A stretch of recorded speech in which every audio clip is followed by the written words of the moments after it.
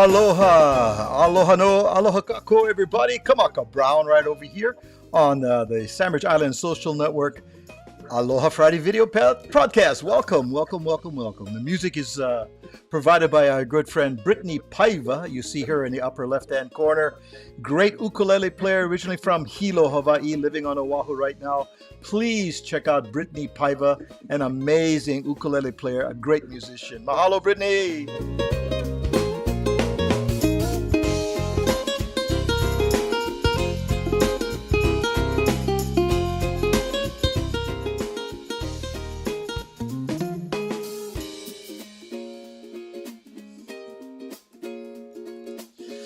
And so, what's up, everybody? Wow. Hey, it's Friday already. If it's Friday, it's the Aloha Friday show right here on the Sandwich Island Social Network. If you'd like to learn more about the Sandwich Island Social Network, lower right-hand corner of your screen says sandislands.org. And Sandwich Island Social Network is a 501c3 nonprofit organization serving Hawaiians and Hawaiians at heart away from their island home. And this is another wonderful opportunity to connect with some great folks from the Aina. We'll be talking story about a television show that had me mesmerized for 10 episodes. They had me hooked. I just loved it. And on a personal level, I am so delighted to have as guests on our Aloha Friday show none other than Rachel Kondo and Justin Marks, who are writers, executive producers of the 2024 readaptation of Shogun, a winner of 18 Emmy Awards. Please welcome to the Aloha Friday show, Rachel Kondo and Justin Marks. What's up? Hi. Hi. You know, I have to tell you that the Menehunis are always watching from the trees behind me. You know about the Menehunis, you guys.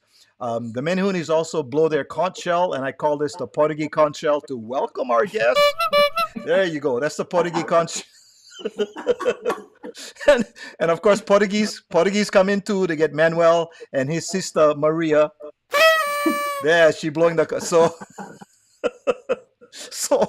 the Menehunis said, "Welcome, you guys from Haiku, Maui." Oh my goodness, up there in God's country. So, Justin, he told me when it rained like crazy last night.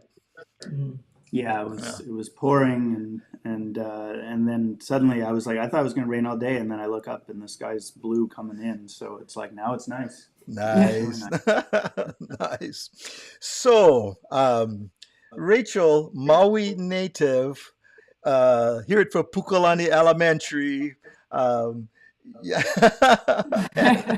and brought up in Maui. Who'd have thunk it, huh?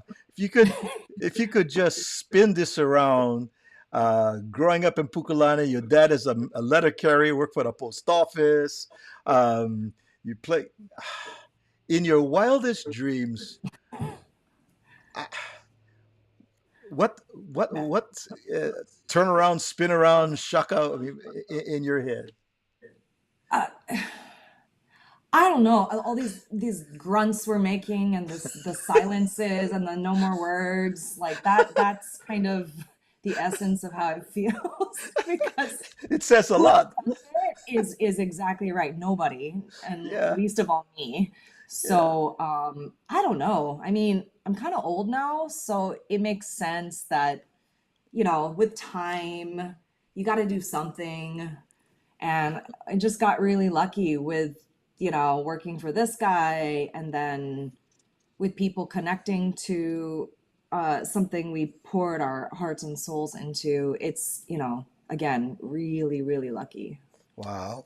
So Justin, born in Texas, you end up in New York, then you end up in LA where you meet this beautiful young lady in Los Angeles where you two met. It was magic. It was meant to be. Magic. I was kind of problematic back then. So. Oh, really? Do tell. I know, but because you know, literally, this is East meets West. East Coast, Justin, Rachel, you're on the West Coast, And who'd have known that it was prophetic that East Meets West would also be a theme of Shogun as well. Hello. Hello. Kind It of is the spooky. eastest you can get and westest you can get. So Rocha, I know you can take the girl out of Maui, but cannot take Maui out of the girl. I just would like to point out, yeah, I just like to point out that, we live here in Haiku, and I'm the one not from this island, but Rachel grew up in town. And where I grew up, it was like, in nature in New England. And so Oh. there's between the two of us, one of us is more comfortable in, kind of the Okay. haiku jungle. Okay.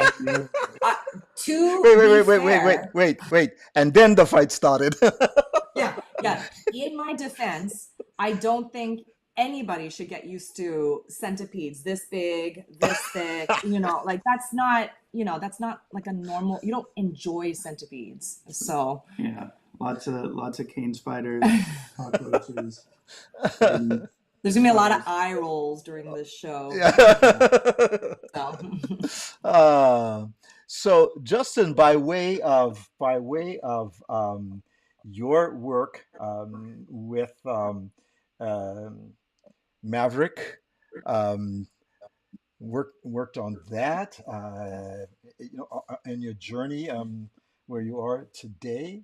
Also, before John Favreau, right, with Mhm, Top Gun and Maverick. Jungle Book before that. mhm. You had some major projects even before Shogun came along. So you was building up your your EK, your knowledge, all of that, right? In terms of getting ready for this monstrous project that came your Yeah, way. yeah, it was 20 years now working in the movie business. I guess for both of us in some way or another. Well, because you started in the movie business 20 years ago. I started it in the film business and then got chewed up and spit out. Oh, Yeah, yeah. Before. Then you went off to fiction. Then I said, I can't do this, and I did fiction instead, but he continued on. Yeah, so we were doing that, and but maybe 10 years ago I started in television and really enjoy what it is to write in television and to produce in television. And you work in movies, you kind of spend a lot of time being a director's therapist, and that's fun, but it's not it's not what everyone signs up for. So in TV you get to do to produce, to run it, to do all that, and that's become a much more enjoyable place to work for me as a writer. beautiful. We have Kay Bennett has just dropped in. She says, "Hey, como mai, welcome, Rachel and Justin." Kay is on the east wing of the Holly over here, checking us out, making sure everything is good. Thank There, you. there's brother Marty Burns, who has Broke the Mouth Bakery over here in Southern California. He says, "Aloha Friday kako for everybody." There's brother Marty right there, and there's Mohala. Mohala is my Trader Joe's connection. She's a manager at Trader Joe's. She might be at Oh. work, but she takes a break and goes and watch our shows on Friday. So she says hello, everyone. Enjoying the best snacks. Yes. Absolutely. Every time I go back to the Aina, gotta stop over to Mohala's store and gotta bring omiyagi back to Oahu when I go, or else I'll never hear the end of it. And one more, Rosina Tashira. Hi, Rosie. Welcome. She says, aloha. Great to have you with us, Rosie. So our family that does check in, and we love to talk about food. So if I were to catch the red eye direct flight to Maui right now, I'm going to end up the airport. I'm going to call you guys up. I'm going to say, I am past hungry. I am hangry, you guys. Where we going? Where I going to eat? What would you say?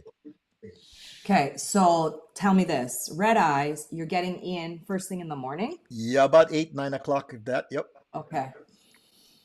Hmm. Okay, so I would probably take you first thing to Tasty Crust in Wailuku. You gotta have that coffee, you gotta have the one pancake, you gotta have, the greasy omelet, you gotta do that. just to get ready so that you can then go to Iao, put your feet in the water and hang out, pet the feral cats a little bit, then head over to Ichiban, take your lunch, Mm. and then go to the North Shore. Oh my goodness. Ichiban is still there, yeah? Oh Oh yeah. man. Oh my goodness. That's the have to spot for pick up your bento box and everything. Oh, how funny. Here's Mohala. Uncle, how did you know I'm at work? You know what? I know our ohana over here, man. You know, us guys tight. We're all away from the Aina over here on the continent, but we're really tight here in Southern California. Us guys know each other. And here's a Kauai girl living in SoCal. This is Valerie. Napo Haku. What's up, Val? She says, Aloha, everyone. She and her other half, Steven, are wonderful supporters of the Sandwich Island Network. Well, thank you for that Ono Grinds, you guys. You guys made notes, yeah? And I think, Justin, you were talking about a great place to go celebrate special occasions, birthdays, and stuff. And did you say it was, you said Oh yeah, we go to Tiffany's. That's my Tiffany's? favorite dinner. Yeah, my favorite dinner on the island in Wailuku. Notice all of our recommendations are in Wailuku. Oh.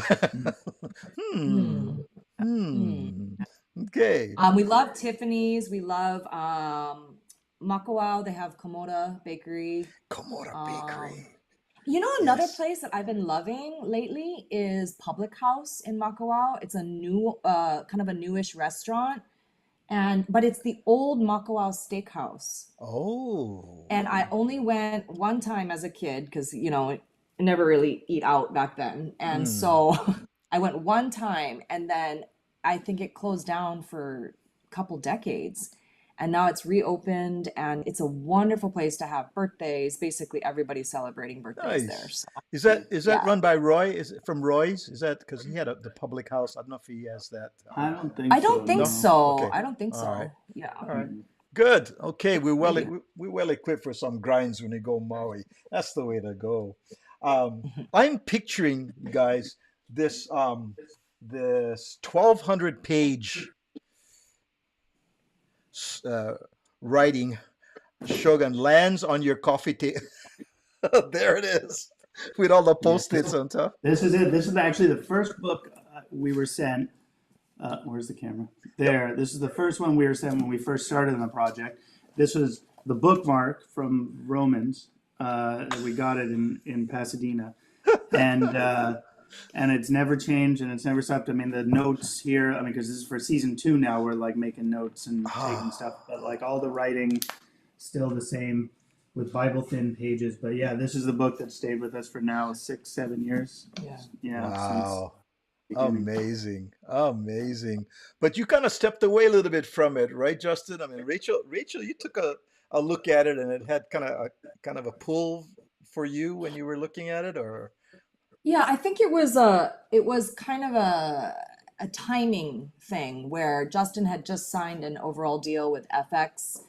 And then it just so happened that I had recently graduated from my MFA program, the Michener Center for Writers, and had spent the last year kind of just languishing and trying to think how I'm going to make more than $5 on a short story collection, and how am I going to do this writing thing? And then plunk, the book came and was plopped down on the table. Justin kind of hesitated a little bit and struggled with the idea that this isn't really his genre. It's not really his cup yeah, of tea. sure. And so I swooped in and said, "Well, thankfully, it's mine." And it totally wasn't. But I mean, what else was I gonna do? Yeah. You know? So Justin, maybe the feeling is, I'm kind of steeped in the West. Yeah. I'm a non-Asian. Rachel says, "Hey, I'm Hapa.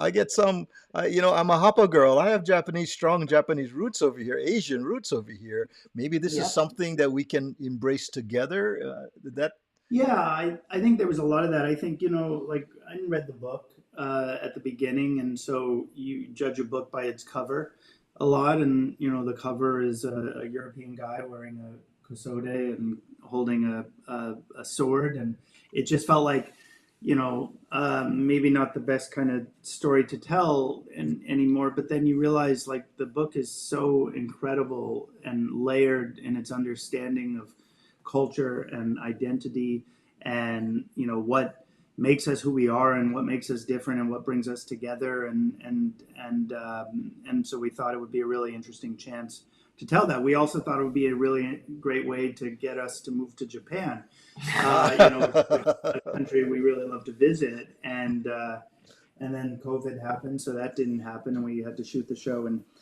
in Vancouver, which in a lot of ways was great because there's a lot of untouched nature and great crew, and turned into a really, I was going to say, a really important experience. Little less exotic though, little less exotic. Never have centipedes. There were no centipedes. No. Hey. They'd be all frozen. All frozen. We did have a lot of, like there was one time we were in the village. We weren't shooting that day. We were just scouting and doing some stuff at the Jiro village that we built, and I had to do a Zoom with the studio. So I just, had my laptop and set up inside one of the empty houses there, and I could hear everyone outside, just continuing the meeting. But then they sort of walked off, and it was quiet. And so, and I finished the Zoom, and I closed off, and I slid open the shoji to go back outside. And when I did, like from here to the screen, like is a giant brown bear just standing there, like more surprised to see me. We had a lot of bears. Wow. Yeah, so no more centipedes, but a lot of that where we were coming from. So it shift from your focus on Japan to Vancouver, British Columbia as a new location. Here's Rosie, and she says, "Congratulations on all of the recognition and awards Shogun has received. It seems like a tremendous amount of time and care went into the series. Now that Shogun has been renewed, how is the team addressing a new storyline? Is there enough time allowed for the same type of care and attention to detail? That's a good one, Rosie. Thank you. that's a great question. Yeah, it's a question I ask every day. Well, it's two questions, right? One is how are we addressing the new storyline? Which, by the way, I have right here. It's sitting on the desk. Here are all the scripts for season 2. So you've far. seen it. You've seen it first right here on the Aloha Friday show, guys. Yeah. Don't zoom in too close. Yeah. Spoilers. But we have a great group of writers in our writers' room, and it's the same exact writers to a person who wrote season 1, and kind of know the book intimately, and also know kind of what was layered on top of the book and the making of season 1, and so in season 2, I think this group, ourselves included, like has always a very good shorthand when it comes to what feels like Shogun and what doesn't feel like Shogun. And like our inside jokes and our little things like that, that's largely like what makes the show what it is to us when combined with the characters that James Clavell created. Of course, a lot of those characters met their end in season 1, so some of them don't continue, and then but many of them do. But we had to really, there's some new characters, some were sort of inspired by the book that didn't make it to screen, and then some are just new to us. But we found that using history as our basis, like Clavell did, we kind of worked on these characters really for a long time to feel like, do these feel like characters who belong in this world, who have new points of view and attitudes and ideas that are interesting and humorous and all this. So, we applied a lot to that. The second question, do we have enough time? There's never enough time. But it relates to what you're saying before. I think if it were a different group of people, it wouldn't work. Utilizing the experience and the longevity and everything that the previous group from season one kind of collected and accumulated, all that knowledge applied to season two, like it's a shorthand. Yeah. So I think if we had started over with a whole new group, that would be problematic. I mean, we could kind of, oh, sorry. We could, oh, he wants to do a little show and tell, which is, Yeah, I want to show you something, because this is a book, what we call it, the Shogun Research Bible, first edition, published by us and only for us, circulation 10. Just for the writers room. But this is not the research Bible. This is 14 pages that is just the table of contents alone for the research Bible. Wow. this is the first part. No, that's the second you're holding. Volume 2. This is the volume 1, which is 521 pages. Oh my God. And volume 2, you gotta hold it up. No one can I see know. it. I'm trying to do it. It's volume 2 is 863. 863 It's written on pages. the cover. Oops. I love this it. Is like, Oh. So this is what we did for season 1, just to sort of put together. One of our writer producers, Callan Puente, kind of ran lead on this, and this is just how we sort of built the research base for our first season, and then we decided to print this all out and publish it, so that we could always, when new crew came on and everything, that everyone could just sort of read and understand. If you want to know about costumes, if you want to know about sets, if you want to know about details. So that was season 1, 863 pages. This is 800 pages for a research binder for season 2 right now. This is another 800 pages of research. And this is another 800 pages of research for season 2, which now stacks up so tall that it sits up. So this is what we have so far, just in the last 6 months, with our historians and our advisors and ourselves, as we start to figure out every kind of level of detail that we need to kind of build this world. And and we haven't started prep yet in terms of production stuff. So we've had a few years to think about what we're putting together in season 2. And I hope that head start gives us some foundation that allows for us to make up for the lost time of what we get normally when you're just sort of, I don't know if we're going to make this show. We have a year of COVID that we're going to sort of, just wait. Now we get that, and we sort of continue to build on that foundation. Amazing. Here's a quote from John Landgraf, chairman of the FX Content and FX Productions. He said, "What's unique about this adaptation versus the award-winning 1980 miniseries is that it tells a story from the Japanese perspective, not just a European perspective. We had 2 full production crews, one in English, one in Japanese. We hired most of the cast out of Japan, and I think that choice is why Shogun has one of the best and most indelible acting ensembles of any program FX has ever made." Yeah. Wow. We're very proud of the cast of this show, and being part of just sort of look, we really, it was important that this show be in Japanese to us, not just because it's set in Japan, but because by doing it in Japanese, it opened the doors to a whole ensemble of actors who we as Westerners, in sort of mainstream Hollywood movies and TV, don't normally get to see or work with, because these, by and large, our cast spoke very little English. And so, some of these, they're not discoveries. These are actors who've worked in Japan for years, decades, in some cases longer than we've been alive in some cases. But they're new to the international scene. And I think what they brought to it was just a whole new language, no pun intended, for what acting could look like. And we're just so proud of the work they did. Yeah, language is the component to this whole experience that I think I think Justin would agree was the most fulfilling and rewarding. Language is culture, right? What you speak is how you express your culture. And it was one of the reasons why, you know, I am, yes, Japanese ethnically, but I was born in Hawaii and my father doesn't even speak Japanese. His mother spoke Japanese, but she did not teach it to him. And so therefore I don't know it. And it was the reason why I understood, actually I'm not Japanese the way that a Japanese national is, you know, and Sure. there's a distance, and that's okay.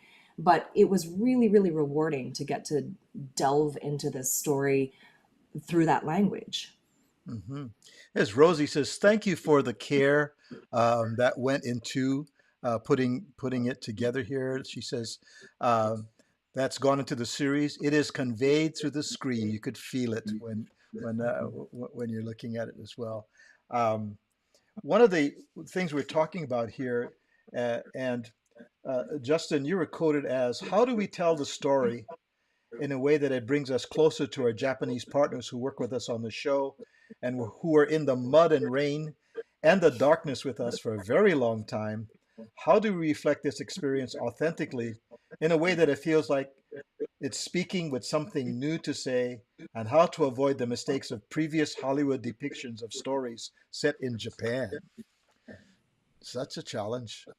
Sit there. Yeah, that was, I mean, and I think that's what Rachel's getting at too when it comes to this idea of how we encounter our other cultures and how we encounter ourselves when we encounter other cultures. You know, the experience of, I mean, the story, Shogun, of two cultures coming together, not understanding each other, not understanding each other again, you know, was also the experience of making this show during COVID, bringing so much Japanese cast and crew to the woods of Canada to work with a North American cast and crew and European as well, and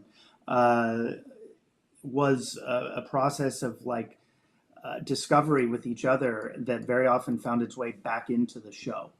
You know, back into the details, the things we would learn. Like I remember we were shooting in episode 7 one day, and there's a scene where Toranaga has to stand in the middle of the woods near a temple entrance where there's a torii gate set up, and he's pondering his fate. And Takeshi Fukunaga, who directed that episode, who was born on Hokkaido and grew up there, had this thing where he was just talking about how when he was a kid, he and his friends, they used to throw rocks up on top of the torii gate and see if they would land, and then they could make a wish, you know, something silly that kids do. And we were just talking about that, and we said, well, let's do it, right? Like Hiro can stand here, let's get some rocks, and he'll pick on and he'll throw, you know, and he was doing it, and it ended up making it on screen. And those are just the sort of accidental discoveries that come about when you're just having conversation with the people you're working with.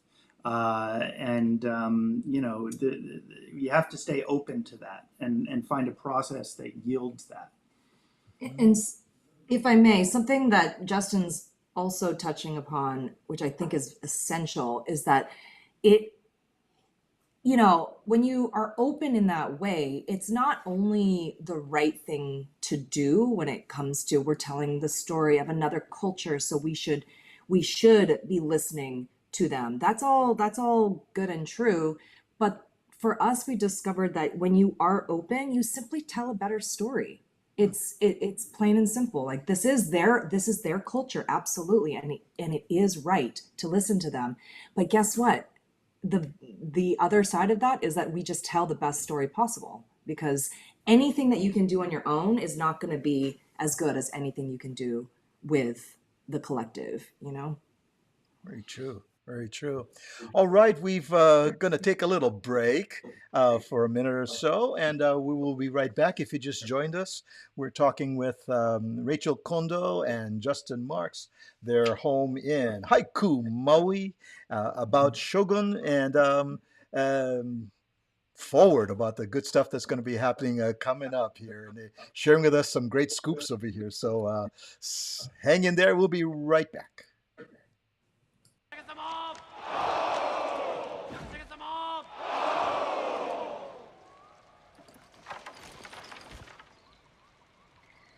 伊豆の侍たちよ、我が法友にして一連卓上の同志、貸木藪重殿の軍勢に目通りが叶い喜ばしく思うぞ。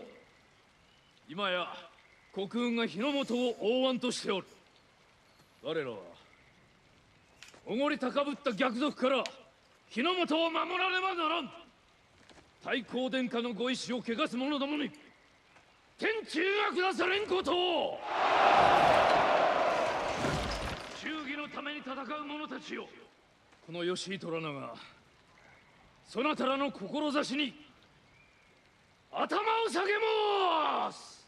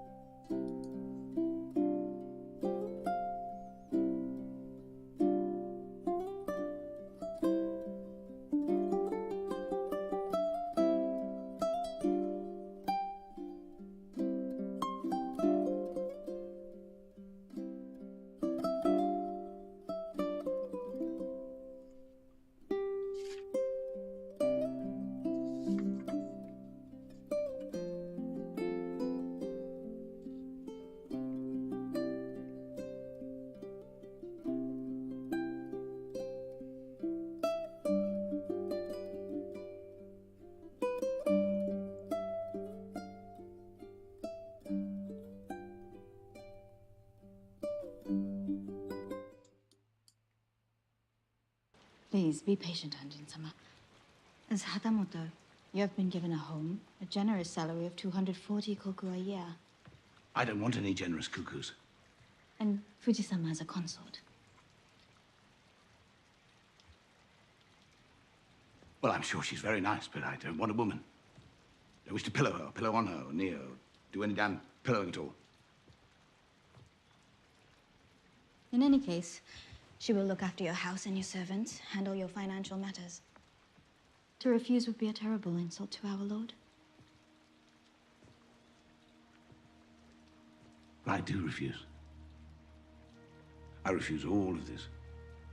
I came here under clear terms with Toranaga. Sorry. Toranaga-sama. Now he's bloody vanished. And I'm bloody prisoner all over again. Just with better living quarters. Ooh, the wonderful Anna Sawai Mariko and Cosmo Jarvis as Blackthorn. Beautifully shot there. Some thoughts about as you watch that? What comes to mind about the scene or the actors, or did you get a rush? Justin just thought, "Oh, that looks like a good show. We should watch it." It's hard to watch it's just hard to watch the show and like extract it from the experience of making the show. Yeah. You know, like I was thinking in that crowd scene earlier where Toranaga's giving the big speech, like what it would be like to watch that and not know the highway that was right behind us, you know, and the boats that always went by and how we had to pause shooting and just all the things that you sort of, I guess, like, you know, take the illusion away. And I just see Vancouver, the mystery away. Yeah, Yeah. like, but I just see Vancouver. I don't see, you know, like that house where that last scene was, where they were sitting looking out into the garden. That was where I was doing that zoom, and I opened that shoji, and there was the bear standing outside. You know, Wow. so Okay, let's not dispel the magic and the mystery for everybody else. When I was watching it, I felt the humor coming through that Cosmo, Jarvis, and Anna Sawai and Moeka Hoshi, like they really found this thing that you can't really just find in writing. You have to have like the living, breathing actors who are, you know, communicating and communing together, and that's where the sparks happen, right? And that humor was really the joy of making the show, I think. Wow. Wow. I don't know. Let's watch another one. I like that. Here's this. The hell was that? Just a baby earthquake. A baby what? You will most certainly experience more while you are here. There are also tsunami that come from the sea and fires that break out in the villages and cities. It is why our houses are built to go up as quickly as they come down. Because death is in our air, and sea and earth. It can come for us at any moment. Before you meddle with our politics, just remember, we live and we die. We control nothing beyond that. Wow. you know, it's funny. You look at that location, and that's actually that spot, Horseshoe Bay, is where the author of Shogun, James Clavell, lived for a few decades. Wow. And like right on the other side of the parking lot, it turned out, where his house was. It still is, but he Okay. doesn't own it anymore. But his ashes were spread in that bay, right there where we were shooting that day. And but all I see when I look at that is like I see Cosmo standing there, and I see the visual effects that we had to spend to remove the cable that was wrapped around his waist because he insisted on standing too close to the edge of that cliff. And we run a pretty safe set as policy, and so stunts had to come in and make sure he was wearing a harness to stand that near the cliff in case he tripped or something. So yeah, because he was crazy and insisted on doing all that stuff as close as possible. You see, Anna just stayed seated. She knew where it was at. She was smart. Yeah. So you say you run a safe set, Justin? Is that what you said? Well, we have to in this business, but we do as Right. policy. I think. I Uh-huh. think. Well. Yeah. Wait. You know that was a pillow that she insisted on lying next to. Oh, The hold rock- up. The rock that did Nagakado in. Yeah, real safe. More What like was treacherous. what was going on here? My goodness gracious, you guys. You gotta extract the fun where you can. Yeah. And that's a really dark day of shooting, and so just a little Yeah. humor and Uh-huh. fluff. Yeah. Oh, may I tell you about this Please delightful do. creature? Uh-huh. So this is one of my absolute favorite stories about the entire year that we were there. So in the story and within the show, there is Tetsuko, who is the beloved peregrine falcon that Toranaga uses as a metaphor to describe his vassals, right?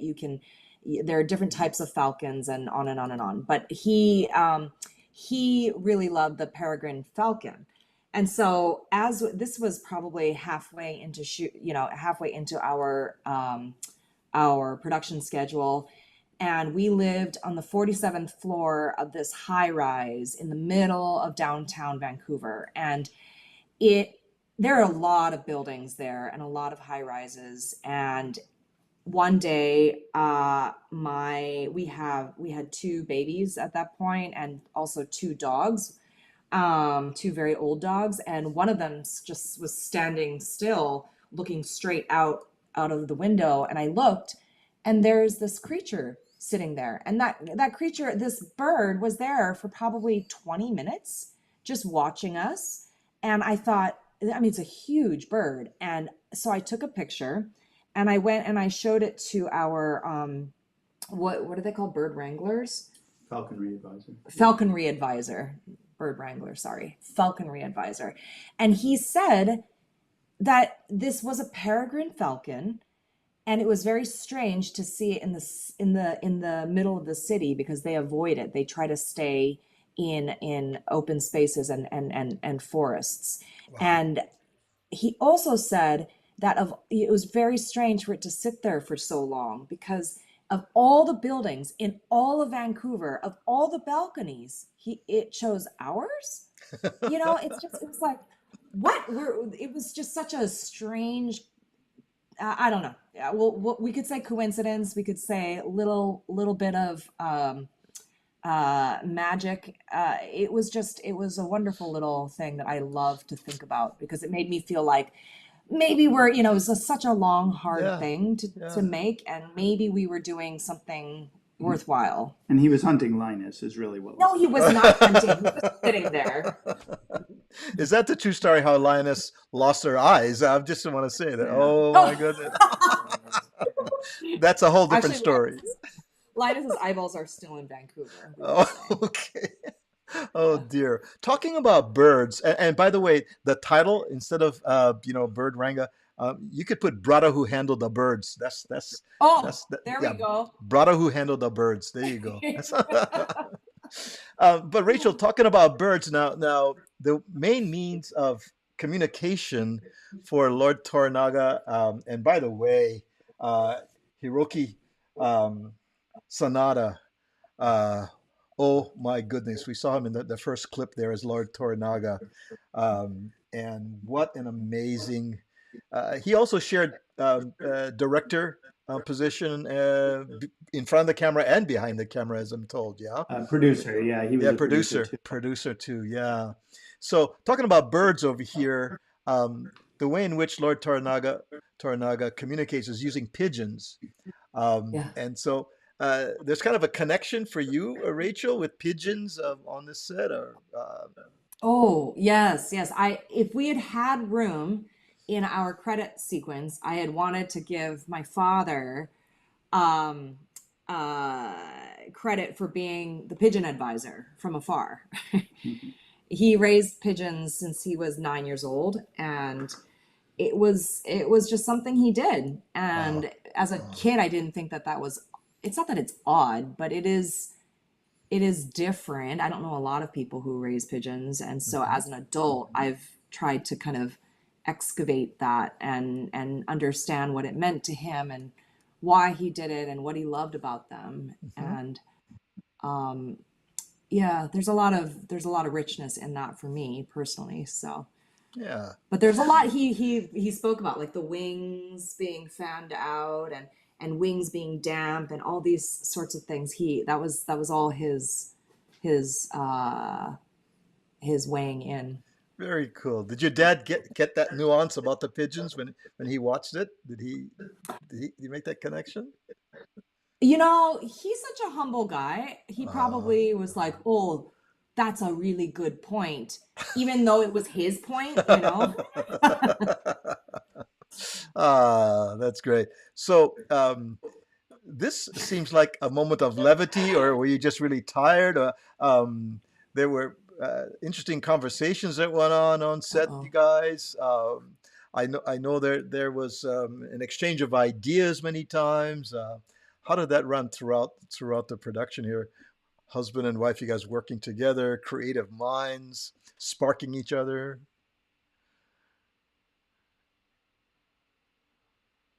Oh, I think we got a frozen. Are you guys? Oh no, we may have lost connection with our Maui friends there. Yeah, we lost connection with them. They'll sign back in a second. Maybe that question knocked them off the air. Oh goodness. I know what. While we're waiting for them to connect back up right over here, let's let's go ahead and watch this. Do you know of the eightfold fence?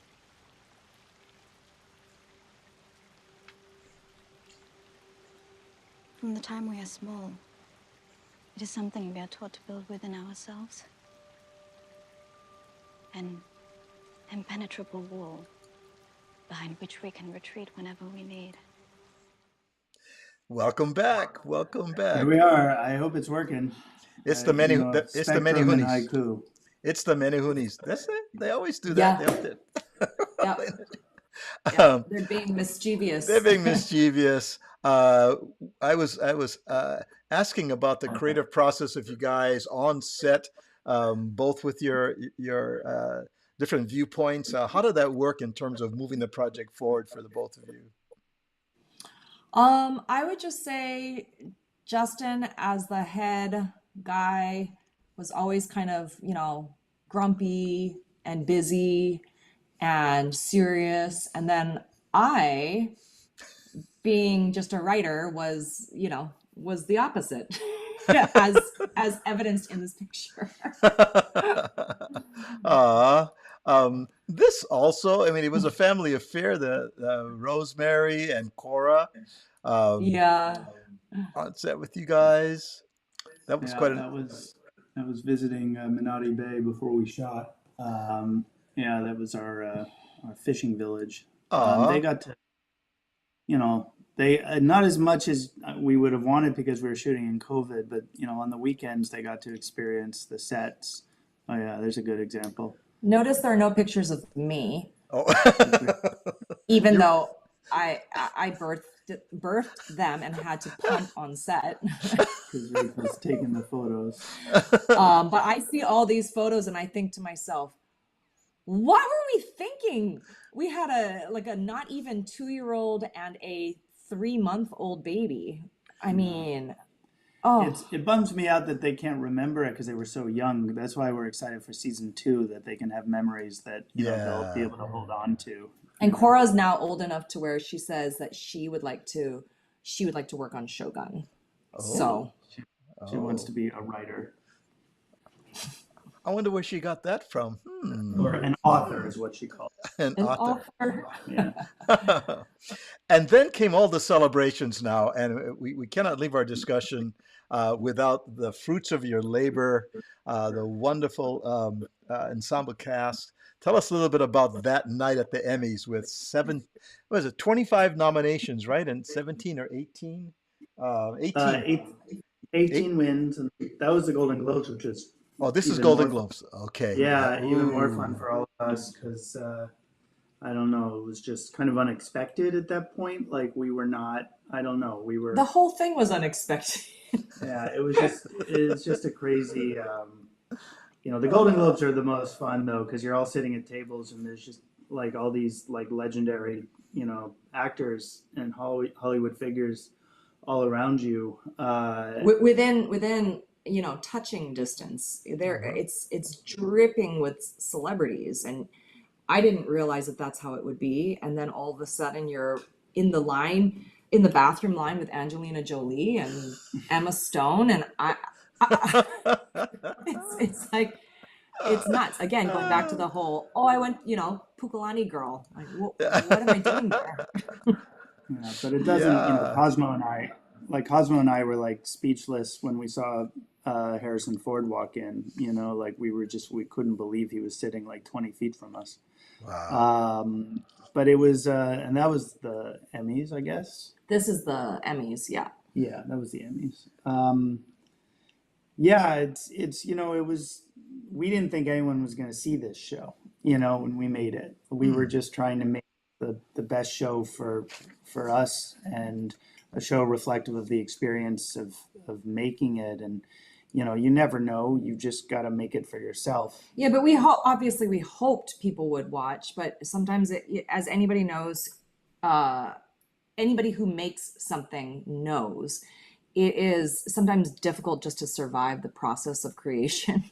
And that's what you have to be so focused on. And you can't think about the aftermath, and you can't think about reception, and you can't, you can't think about what people will will think about what you've made. So and thankfully Shogun was so hard to make that we didn't have time Yeah. or bandwidth.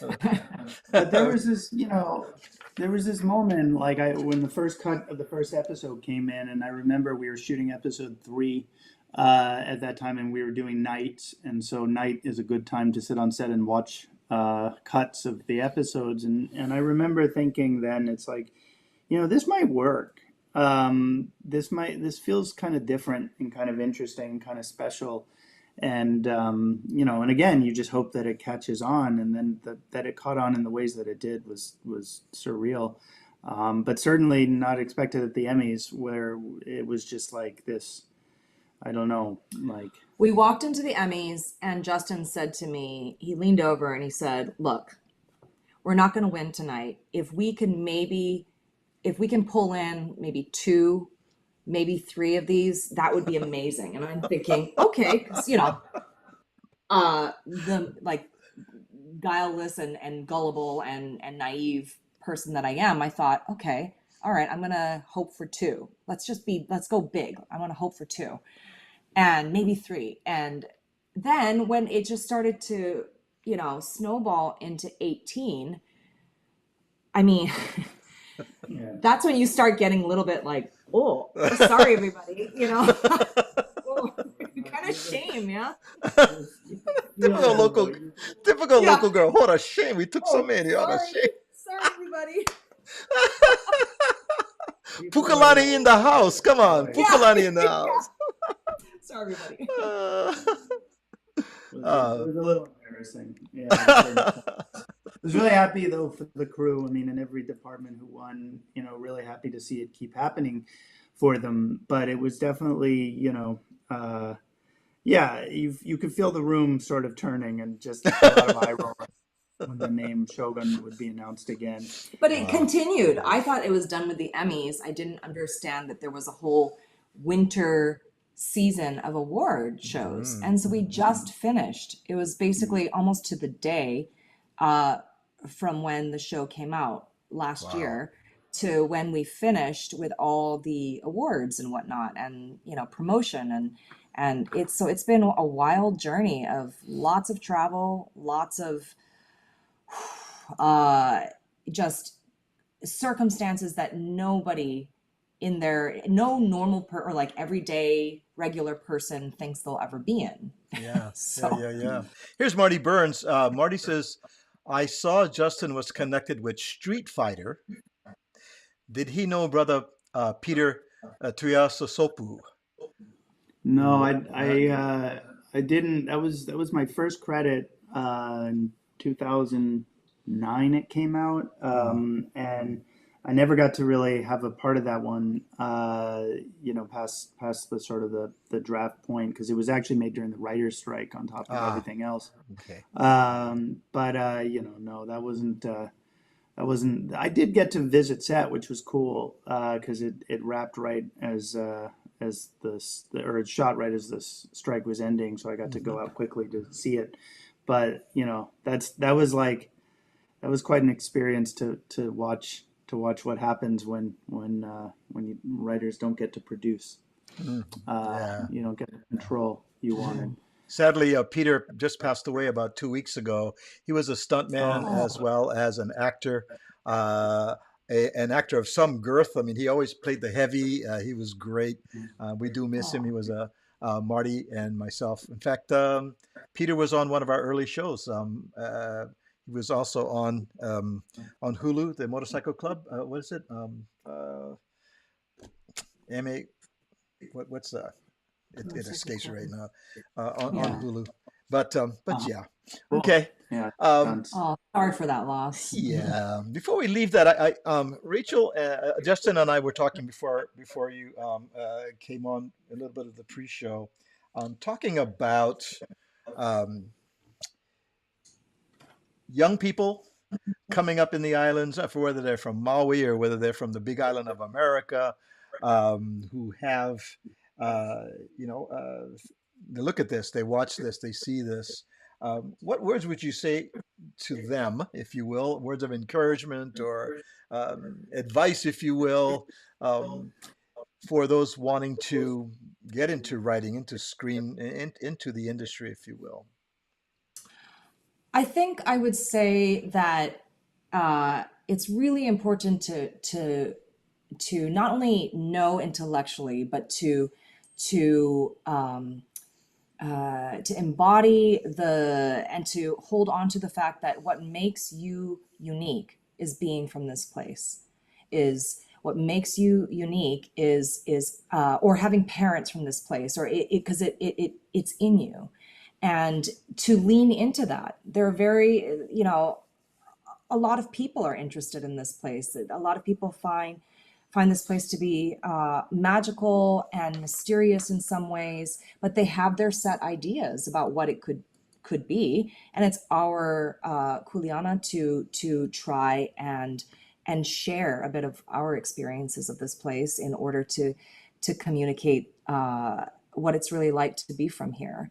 So I think the encouragement is, like, when I was growing up, I thought to myself, oh, if only I could get to the mainland, travel, have experiences.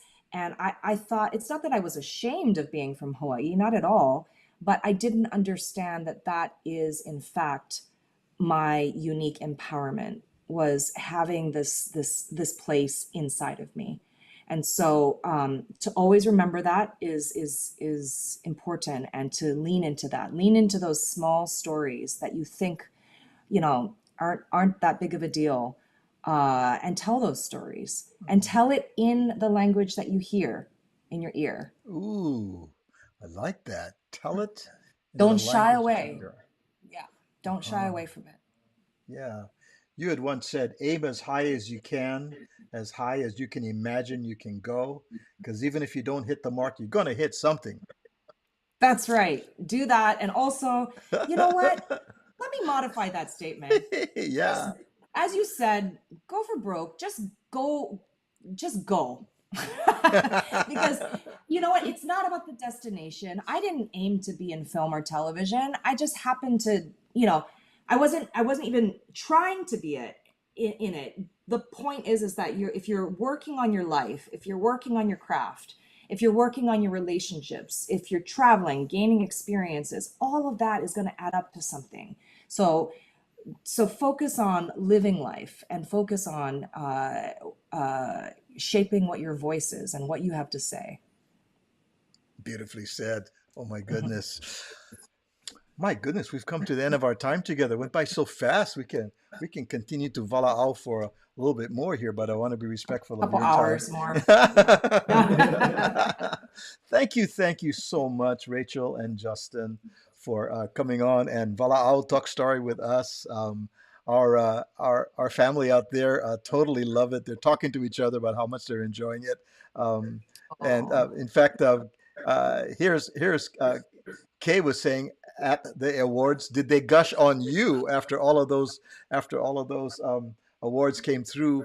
They're looking at now. They should be gushing at you guys, like, oh my God, those are the ones that got 18 of those Grammys. Oh my goodness, I was standing in line behind Rachel Kondo, and yeah, you never know. Oh, we're just normal folk.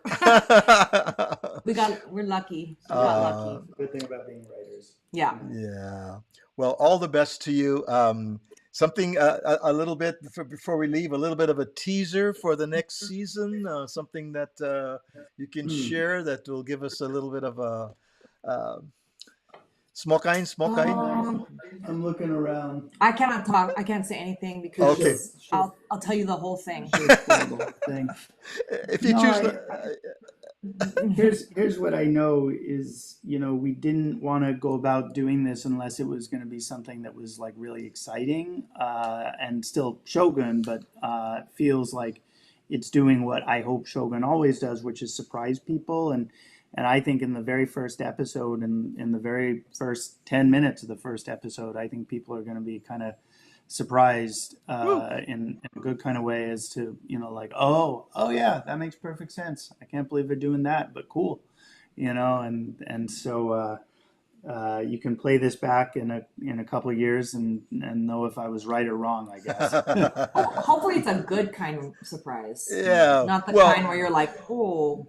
Well, don't I know about that know one. some of my you know that you're hooked to a series when one of your favorite characters gets killed in the middle of it. It's like, oh no, that happened. Oh my God, how can we go on? And I'm sure you must have had some feedback from folks that were going, some of their favorite characters were gone.